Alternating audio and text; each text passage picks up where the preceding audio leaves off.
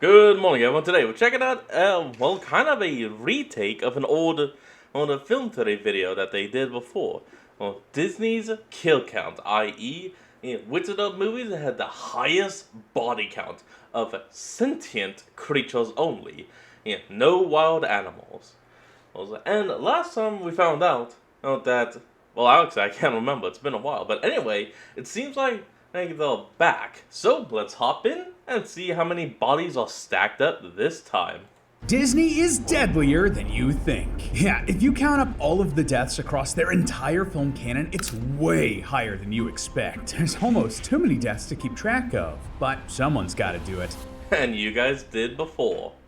So I guess this is part Hello, Internet! three. Welcome to Film Theory, the show that's been ruining your childhood for over 10 years. Yeah, in case you missed it, this June is the 10-year anniversary of Film Theory. We have something really cool planned for later in the year that we just couldn't quite get done in time, so keep your eye out for that. But in the meantime, I wanted to take a look back at one of the most popular videos we've ever done on the channel, our Disney Death Count series. Yeah, in case you haven't seen these, Matt and the team wanted to do a theory figuring out which Disney movie was the deadliest, and it turned into a much bigger project than they were expecting, spanning over an hour of content across 3 videos. Oh yeah, like he was maybe thinking it would be like 1, maybe 2 episodes, but it ended up spanning into 3. They really killed it in that series, pun intended, and believe me, I know for a fact that it was a lot of work. And their conclusion? Disney's Dinosaur took home the most kills, with at least 300,005 deaths, mostly because of the lemurs killed on Lemur Island when it went up in flames. Honestly, I always thought that was hilarious, because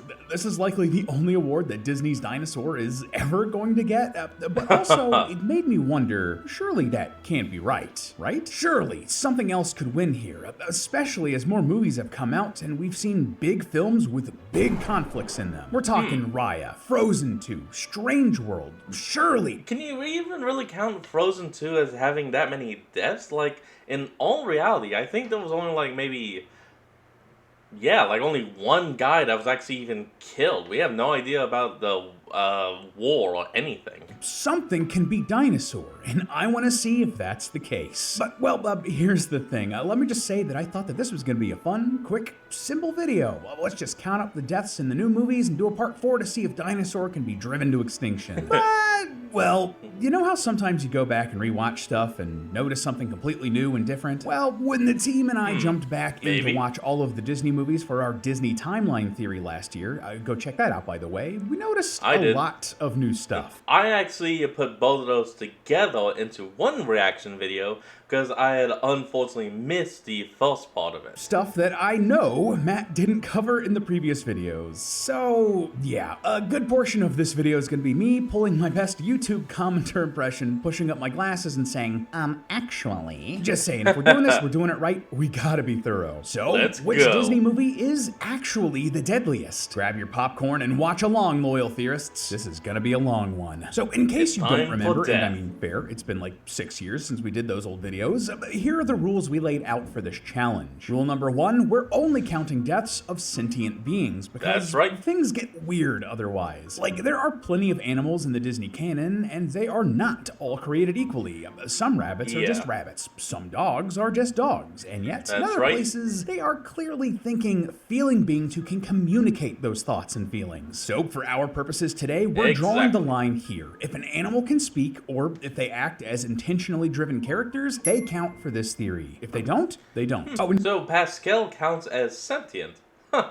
Alright then. Just real quick, but for my science nerds out there, sentient might be the wrong word here. Sentient applies to the ability to experience feelings and sensations, while sapient refers to the ability to be conscious and self-aware, forming thoughts and communicating feelings. Oh, okay, so not sentient, sapient. Okay. But that's word nerd stuff, so we're just gonna move on. Rule number 2. No, that's fine. Only count deaths that actually happen during the time frame of the movie. Nothing that happens before or after the runtime will count. And rule number 3, we will only count kills caused by the characters or events in the movies. This is mainly to avoid counting all of the people who should have died during the runtime of a movie outside of the events of the film from, like, natural causes. Just like regular people on the other side of the world dying from, like, old age or whatever. This also means that we have to exclude stuff like all of the people who would have died from the Noah's Ark sequence from Fantasia 2000, since the short only followed the living things that get on that boat. Well, except for the dragon, unicorn, and griffin all laughing up a storm, they definitely didn't survive. Oh yeah, no. We'll need Easy. to add those 3 bozos to the Check. tally. Also, a small but important one here. Also, there was only one of each. No breeding partner, so even if they did get on, there still wouldn't be any dragons, unicorns, or griffins. Here, rule number 4, we won't be counting any deaths that are undone. So if a character does die but is somehow revived through Disney magic, they're off the table. All that Disney magic! being said, we do need to change one of the old rules slightly here. See, back during that original trilogy of theories, we didn't count the sequels or spin-offs to these movies. This was mostly so we wouldn't need to count or watch most of the old straight-to-DVD sequels like Cinderella 2 or The Lion King 1.5, or TV spin-offs like Aladdin and Tangled and the like. Basically, we wanted to avoid something really disappointing like Bambi 3 winning because of something stupid that happened in those movies. But this did end up taking Apocalypse 2 main War. Disney films out of contention. The Rescuers Down Under and Ralph Breaks the Internet. For the most part, this didn't really impact much of anything because there weren't a ton of these sequels from Disney's main studio, but from 2018 to 2027, half of the Disney film lineup is sequels. We're talking Frozen 2, Zootopia 2, Moana 2, Frozen 3, and with original movies like Raya and the Last Dragon, Strange World, and Wish bombing, we might just need to accept that sequels are going to be a big part of Disney's output moving forward. So as a compromise here, we're only... Fun fact, though, that I can point out about Wish, even though the music is very subpar, at the end, what we see happen to the main villain, he actually becomes the magic mirror in Snow White. So Wish is actually a prequel to Snow White. Can all of y'all believe that? I couldn't. Only going to be counting films made by Walt Disney Animation Studios. That's Disney's main animation company and covers what is known as the Disney canon. This will let us count all of Disney's main movies while ignoring all of those sequels and spin-offs that are of a much lower quality. Yeah. So with all of that said, first things first, we need to double check all of the previous work because there are some corrections we have to make. We previously calculated that there were a total of 344,031 deaths throughout all of Disney's canon. But there are a few issues with that number. Mainly that the numbers that we add up don't actually add up to that number. Hey man, math's hard and we've all made typos. It happens. For example, at one point we mentioned that... Especially when you're working on this for weeks. That there were 41 deaths across all of the films we talked about in part 1, despite listing 54 specific deaths at that point. It's a small error, it happens, but I want to make sure that we get you the most accurate number possible here. So to make sure of that, we did what any good theorist would. We made a spreadsheet. So what exactly do we need to clarify here? Well, first up, we mistakenly counted Marshmallow's death in Frozen, but totally overlooked the after-credits scene where Marshmallow is shown alive and well. He also shows up in Frozen 2 just to further bring that point home. So we're gonna have to subtract 1 death from that previous total, going from 33 to 32. We're also going to throw in those 3 laughing mythological creatures from Fantasia 2000 that I mentioned earlier, since they did not have the last laugh when the flood came. Last year's Moana 2 also showed that the Kakamora survived their skirmish with Moana and Maui, and we know that these are the same Kakamora because they have the same leader. So we'll need to subtract 260 deaths there too. In Treasure Planet, we thought that all of the patrons in the destroyed inn from the beginning were also part of the body count, but most of them then showed up again in the last few minutes of the movie, so we're gonna assume that all of them survived, bringing that total to just 1,008.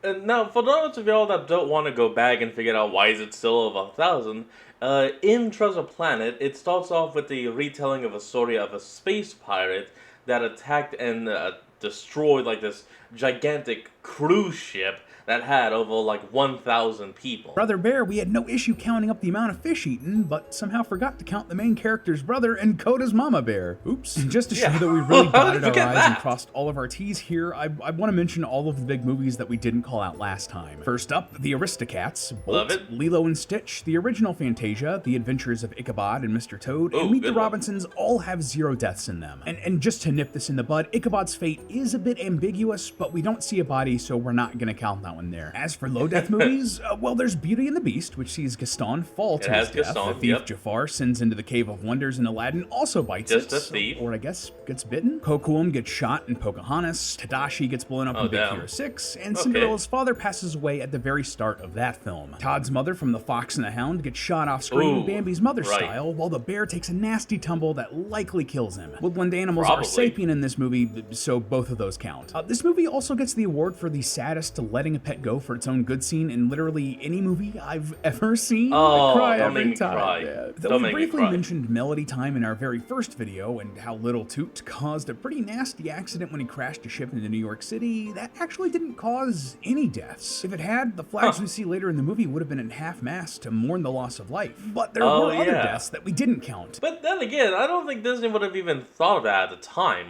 And they would have been like, well, accidents happen. Maybe some people died doing it. Who knows? Just put the flag at the top. Who knows? Including Johnny Appleseed, who passes away from old age, and Pecos Bill's girlfriend, who gets blasted to the moon. So that's two right there. I was also a bit surprised that we glossed over The Black Cauldron in our previous videos because it's widely seen as Disney's darkest movie. Surely it has a ton of kills, right? Well, not so. Just because of the Horned King. It has a lot of dead things, but not a whole lot actually dies during the runtime of the movie. The army of the dead do take out two randos, and the Horned King falls victim to the Cauldron's power, and that's still awesome. That's about it. Gollum ripoff Gurgi does die in the Cauldron too, but comes back. But then he's revived. Back to life at the very end of the movie. So the Black Cauldron only adds 3 to the total tally. Now here's where I think the death count is really gonna surprise you: the Princess and the Frog. Yeah, what might seem like a pretty lighthearted princess. Now this is definitely going to be surprising. Like, as far as I can think of, there's only one death in this whole movie, and it's Ray. This fair on the outside is actually a pretty dark story when you really break it down. Like Rabe, the lovable firefly. Oh, right, and Dr. Facilier. Completely forgot about him. It gets crushed by Dr. Facilier. That crunching sound is just so nasty. Hey man, at least Ray gets turned into a star in the afterlife. Dr. Facilier also meets his own terrible... Is that what it is? I was taking it as them thinking that second star was his child in a way. My mistake. fate when the voodoo forces come to collect what they're owed. And we're gonna count his death as 2 deaths though, because his shadow appears to be an independent sapient being that shares the villain's fate. And since we're counting living shadows, we gotta add the 4 shadow creatures that Mama Odie vanquishes, and then the 4 that Ray takes out, bringing this film's total to 11. Hold on. Did he actually kill those ones, though? It seems more like he just harmed them. Okay, maybe this guy he did take out, because he did take out the head. But these 3, I wouldn't count them as dead, considering that they only have a hole in their chest. This guy, he has no face. He's definitely taken out. The ones taken out by the Swamp Queen, I forget her name, even though he just said it, definitely got extinguished. 11. The numbers all go to 11. The Emperor's New Groove is also surprisingly deadly when you sit and think about it. How so? Well, first off, there are 6 guards that get turned into animals by Yzma's potions, 5 of which met their untimely end when they jumped down a drain in pursuit of Kuzco and Pacha. Come on, man! Nobody lives forever! Ooh. I think the one guard that asked... I'm sorry, was that octopus just running? Hold on. What's the octopus guy? He is running! I think the one guard that asked to go home made the right choice here. As for the 6th death, well, there's a bug that gets eaten by a spider earlier in the movie. Now, you might be thinking, hold up, that's just a bug, but remember our rules here. We're counting sentient beings who can feel and communicate, and listen to this. The bug calls out for help. Also, side note really quick, but the only animals we see speak in this movie have been transformed by Yzma's potions, so I think that this poor insect might be one of Yzma's victims. And then there's Tarzan, which starts stacking these bodies early on in the runtime. Like literally the first scene, which shows a ship burning and sinking at the same time. For a ship of this type, the crew probably would have been about 30 people, which is an interesting coincidence because it's also the same number that was on the ship carrying the frozen parents. Anyway, but we can't count these based on our rules. No, that was just an old fantasy that Tarzan's parents were also Elsa and Anna's parents, making him the prince instead of Arendelle throne. But when you actually look at Tarzan's parents, they don't really look like Anna and Elsa's parents. It's in any kind of way. So I don't think there is much merit to it, other than maybe timing, and considering the ship, the size, and the amount of people that would have been on it. And so both of these accidents could have happened within the same time span of 20 years.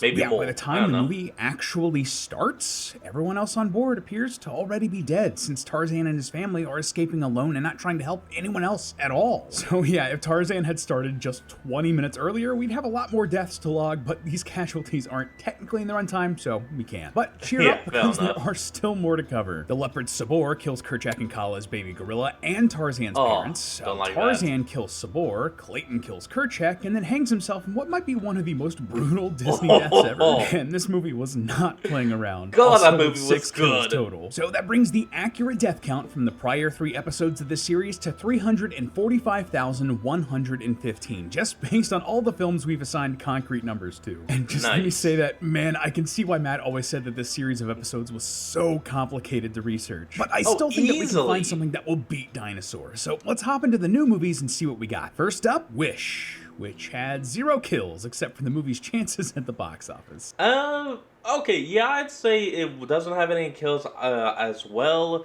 even with what happens to the final, with the guy at the end. And he's technically not dead, his soul is just imprisoned. Oh, and since we're now counting sequels, let's also get this one out of the way really quick. We see one death with the poacher that gets poached in The Rescuers Down Under. We also see the pilot in Strange World get killed, but he's the only one in that movie. And in Kanto, there's a flashback of Mirabel's grandfather getting killed. This movie also has Casa Madrigal getting destroyed, which is indeed a sentient being and part of the Madrigal family. But the town then put it back together in the final sequence, bringing the house back to life. So only one death there too. Next up, and the most... Actually, before we continue on, I actually had seen an interesting fan theory from the Super Call Bros. It was about Encanto, and it says that Mirabel does have a power, and hers is reality warping.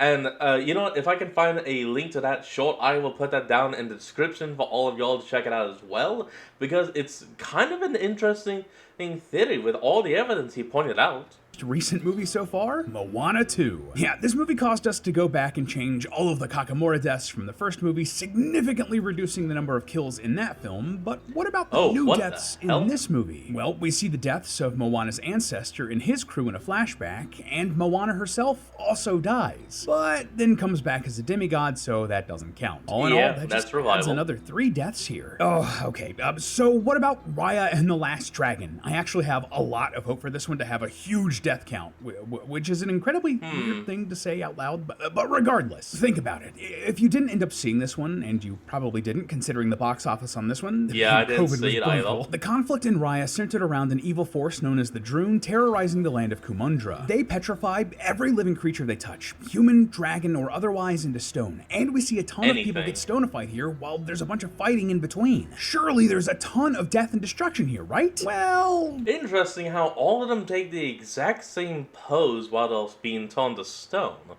I wonder what it means.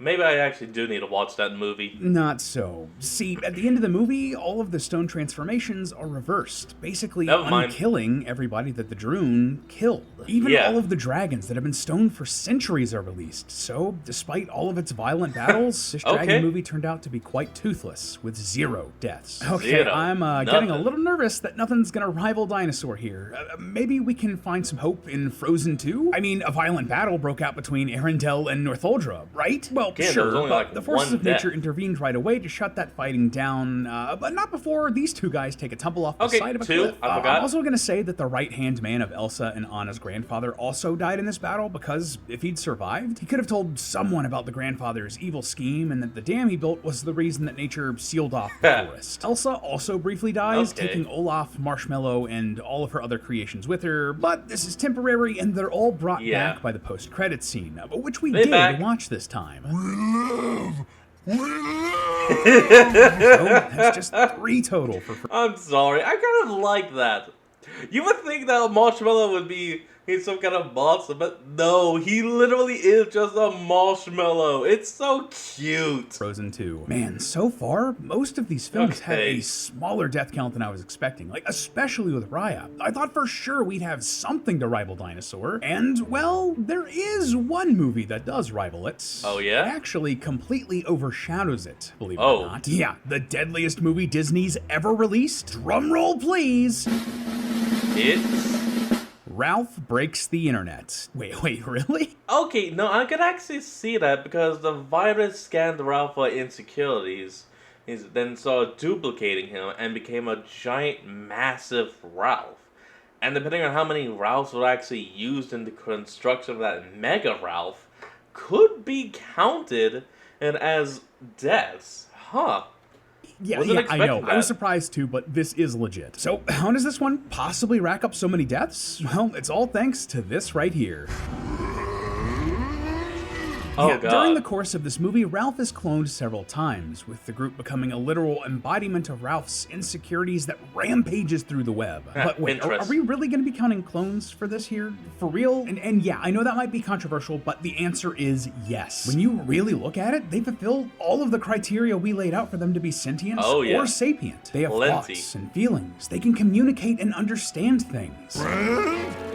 And, in fact, when the Ralphs combine into their giant Ralphzilla form, the protagonists are only able to stop it by talking things out, appealing to their humanity, their sentience. They check all of the boxes to count, so if you have a problem with this, don't take it up with me. I didn't make the rules. Anyway, Oh, yeah. Ralph is ultimately able to calm his clones down, telling them accept that this. everything will be okay and convincing them to let go of their insecurities. However, because each of these clones are made up entirely of Ralph's insecurities, by letting them go, they fade away. In the movie itself, this represents Ralph's emotional issues being resolved, but for our purposes today, oh my god, they're all dead! They literally disappear out of existence because they let go of the only thing keeping them together, and that's Gone. surprisingly dark when Never you really sit down and existed. think about it. But okay, down to brass tacks. The real question here is exactly how many Ralph clones make up Ralphzilla here? That's well, the at first I question. hoped that we might be able to do some math to figure it out. After all, Ralph's canon height is 9 feet tall, so we could theoretically do some pixel measurements here to get a rough estimate. But fortunately for us, we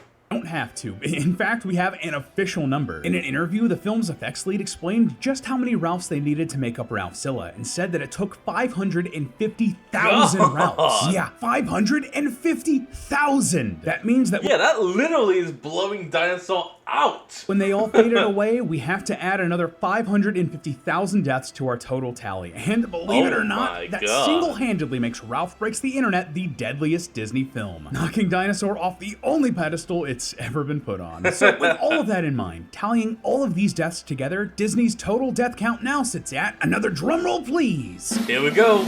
Big number. 895,123. Look at Almost that. 900,000 souls lost for our entertainment at the happiest place on earth. And I gotta say, something that really stuck out to me while rewatching all of these movies, despite Disney cranking out movies for nearly 90 years, it seems like 99% of the deaths all came from movies that came out in the last 30 years or so. Why? Oh, well, the okay. scope of Disney's films just continue to grow and grow. Gone are the days where a simple fairy tale would suffice. A princess in That's the right. woods hanging out with talking animals and tricking evil witches and all of that stuff. Now we're seeing more fairy gods fight tales. titans, civilizations sink, the entire internet being put at risk, and things are only going to be getting bigger Whoa, and bigger. what the- Honestly, it's a question of when, not if, Disney's death count is going to top 1 million, and you best believe that we'll be here to count it when it does. But until Oh, I then, can't remember wait. that it's all just a theory. A film theory. And cut. Up next on... Alright everyone, I hope you enjoyed today's video. Remember to like, comment, and subscribe for more. Link to the original will be in the description below, and I'll see all of you folks next time when we flick back on. Till then, this is Fox, signing out. Peace.